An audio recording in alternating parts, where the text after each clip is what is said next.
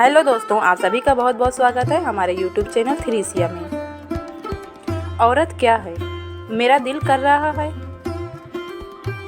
कि मैं एक किताब लिखूं जिसका उन्वान औरत हो। मैं उसका सब्र भी लिखूं,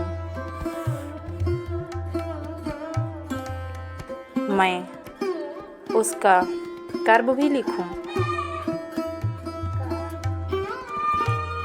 मैं उसकी आ भी लिखूं,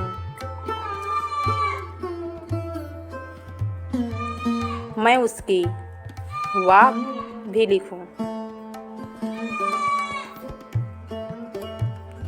उसकी ज़ात पे उठते वो सब अल्फाज भी लिखूं जिसे सुनकर के कभी वो रो देती है, कभी चुपचाप सहती है। औरत ऐसी होती है।